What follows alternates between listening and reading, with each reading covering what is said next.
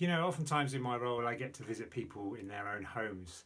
And if it's an unplanned visit, something spontaneous when they're not expecting me, then usually, not always, but quite often, the first thing that they say as I go through the front door and as I'm following them into their house is, "Oh, excuse the mess."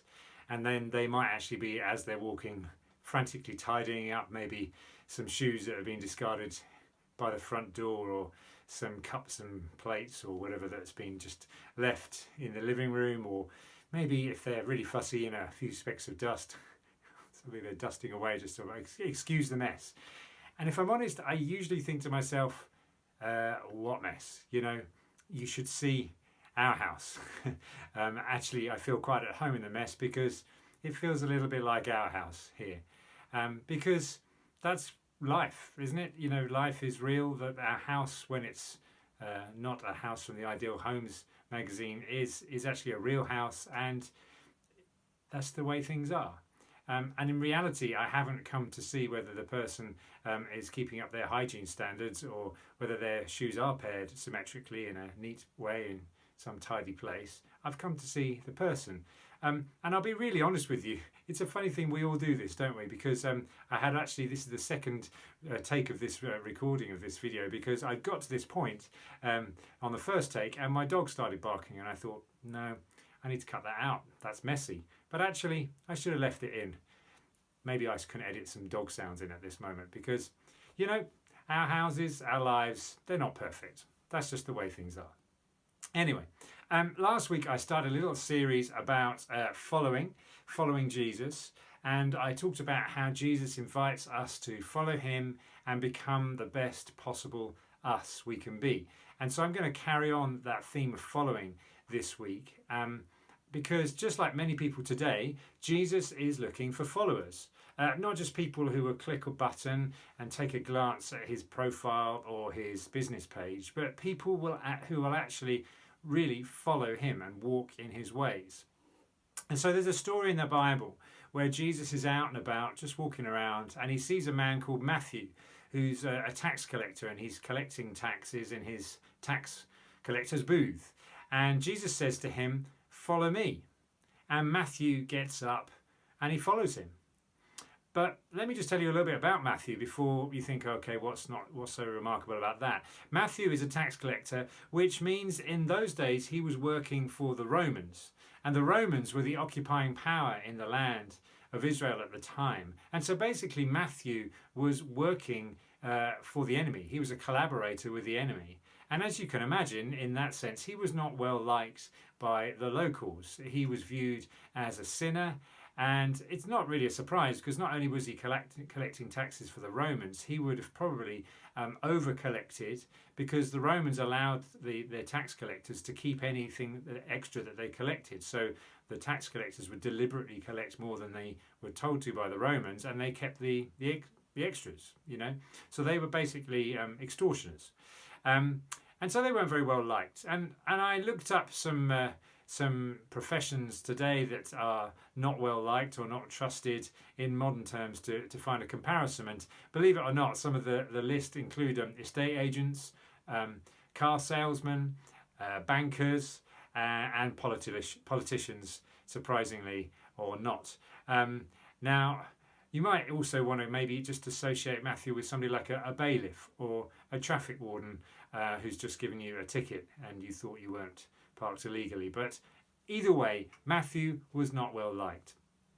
But Jesus didn't really see him as a tax collector. He just saw a person, and he didn't really label him based on his outward appearance or his occupation. He saw Matthew the person. He didn't really worry about the future awkward introductions that Matthew might cause him. Here's my friend Matthew. He was a tax collector. It might be the same as sort of introducing somebody, one of your friends, and saying, "Oh, well, here's my friend John, and he used to be a drug dealer." It does cause a bit of a stir if you say something like that, but Jesus didn't really care. He just was looking for Matthew to follow him. And he didn't base his judgment on him base that on his outward appearance or his persona or his occupation. He just uniquely saw him as a unique person, and fundamentally that's who Jesus accepted him, just as he was. And so Jesus says, "Follow me," to this tax collector, and Matthew gets up and follows Jesus. And if you think about that, he's leaving behind a lucrative job. And I wonder, actually, did he take the taxes he collected that day with him, or did he just leave them in his tax booth for somebody just to stumble upon when he was gone? I don't know. I wonder, actually, really, for Matthew, whether it was such a difficult thing to follow Jesus. Because actually, whilst the money was good, Jesus gave Matthew a way out of being stuck in a system where money, if we're honest, doesn't satisfy. And Jesus gave Matthew a way out of being the object of everyone's hate. Maybe he was just stuck in that job and he couldn't get out, and Jesus offered him a way out. Whatever his reasons, Matthew gets up and follows Jesus. And like last week, I talked about how he follows him to a newer and better identity. But I want you to just imagine being Matt for a minute, and Jesus says, okay, follow me. So you're Matthew, and you get up and you follow Jesus, and you might think to yourself, okay, well, where are we going? Where are we following to? You might imagine going off on the road to a new place, in a new direction, on a great adventure, on the open road, thinking, great, this is a new life, and off we go. I'm going to follow Jesus. Let's do this. And then you're following Jesus and you think to yourself, hang on a second, this looks a little bit familiar. In fact, this looks like the way back to my house. In fact, hang on a second, this is my house. And maybe Matthew then starts saying to Jesus, excuse the mess. And as Jesus goes into his house, Matthew may be saying, over there, that's Dave. He's also a tax collector, but he doesn't have anywhere else to stay, so he stays with me. And that guy in the living room, yeah, that's Tim. He's been a bit of a naughty boy, and he's got nowhere else to stay either, and doesn't get on with most of the people around here, so he kind of stays with me. I mean, imagine the situation, because if you read in the Bible story, the next scene after Jesus says to Matthew, follow me, we find ourselves in Matthew's house. Jesus is eating with Matthew, with his disciples, and other tax collectors, and other what are described as sinners, in Matthew's house. So following Jesus for Matthew, first of all, leads Matthew back to his own house. Now, Jesus has a bit of a habit of doing this and inviting himself into people's houses. But the thing is, what the message is really there is God is not afraid of who you really are. He wants to meet you in the place where you are most yourself. He's not afraid of who you are on the inside, or the mess or the clutter that may be on the inside of you or the inside of your house. He's not worried about who or what you might have inside your home or who you hang around with. Jesus comes to us as we are and where we are, and he says, follow me. And we often find him leading us, first of all, into our own house, as it were. Now, in Jesus' day, that was a big deal, because good people, and Jesus was sort of, was he trying to market himself as a good person, or did people sort of expect him to be a good person because of who he was as a teacher and as a rabbi? Good people in those days don't associate with bad people. The goodies stay away from the baddies, because baddies are a bad influence. They bring on a bad reputation, and badness rubs off on people. Or so it was thought. But Jesus had a way of just turning that kind of thinking on its head. And so Jesus is questioned by the religious people of the time. You might call them the religious police. And the religious police, they say to him, why are you hanging around with those people? Those ones. God and godly people, surely they don't associate with down and outs and sinners and lowlifes and outcasts and nobodies. You won't find any church people at Matthew's house, or people that even look like church people, or whatever church people are supposed to look like. I imagine the scene is like the religious people are on the street outside Matthew's house, peering in through the window, looking on in disgust and sort of, what's going on in there? But actually, the tables have been turned now. The ones who were on the outside of society, the people like Matthew, the outcasts, the sinners, they're on the inside, and it's the religious folk who are on the outside looking in kind of bewilderment. Because you know what Jesus does is he has this way of redefining where the holy place is.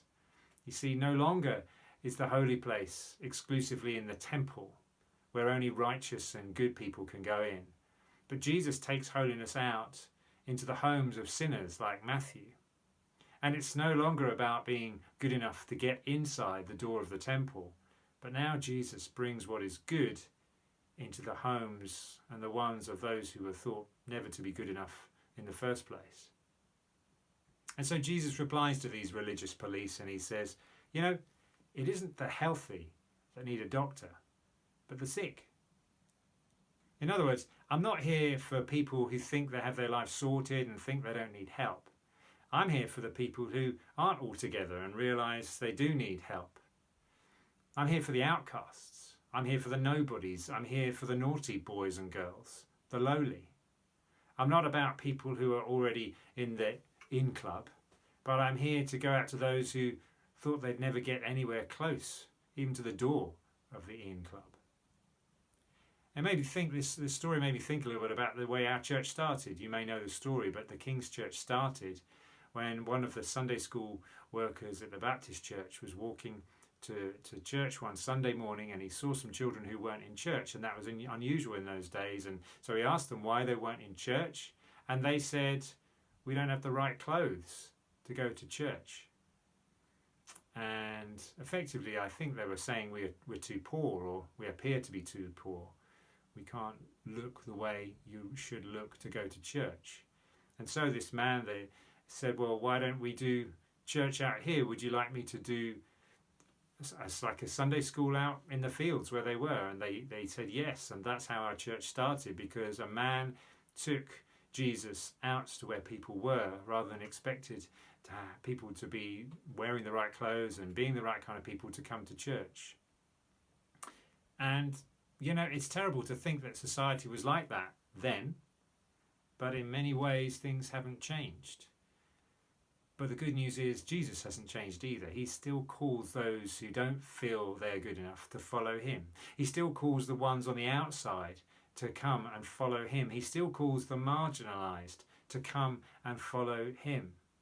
So if you have got your life sorted and you don't have any failings or any issues, and everything in your life runs perfectly without a hiccup, and you don't have any self-doubt, then Jesus isn't really for you. He doesn't call perfect people to follow him. But if your life is a little bit wobbly at times, and if you realise you don't get everything 100%, and if you recognise that your best you, even in your best you make a mess of things from time to time, then Jesus is for you. I mean, he literally is for you. If that is you, then he calls you to follow him. And you may think, I'm not good enough to be loved, and I've not done much in my life to be noticed, and I don't really fit the profile of what a good person looks like, and I'm not really religious. And you may feel like a bit like an outcast or a misfit or the odd one out or the runt of the litter. You may have a dark past or things that haunt you that you can't shake off, demons that won't leave you alone. You may have been labelled a failure or a disappointment or a mistake or a nobody. You may be the last person you think would fit in God's gang. You may be a person just like Matthew. And if so, Jesus, the Son of God, says to you, follow me. And it's quite likely the first place you may end up is in your own house. Jesus at home with you. God with you, accepting you. God loving you as a person, not for what you have done or what you haven't done or what you shouldn't have done, but just loving you as you. Enjoy his company with you, if that is you. And for those of us who have been following Jesus for a while, I think we come to that realization as we walk with him that actually we realize we need him more and more every day in our lives. And so there's good news. There's always more of Jesus. And so I pray, come Holy Spirit, that as you follow Jesus, you will know more of him in your home and in your life. And for all of us, when we're listening to this, it's quite likely that you're in your home right now listening to this message. And I just want you to know that Jesus comes to us in this place. He redefines where the holy place is. It's not just in a church or a temple, but it is right where we are now, in our living room, in our bedroom, in our kitchen. Jesus comes to you. And may you hear his call to follow as he comes to you. May you know his presence and his acceptance and his peace and his power right where you are now. Follow me, says Jesus. Now, in response, if you want to follow Jesus, if you're listening to this message for the first time and you want to follow Jesus, then please do send me a message. If you've liked this video and you've liked this message, then press like on Facebook or on YouTube or wherever you're watching this. We really want to walk with you as a church and let you know and continue for you to know that Jesus is with you and he is for you.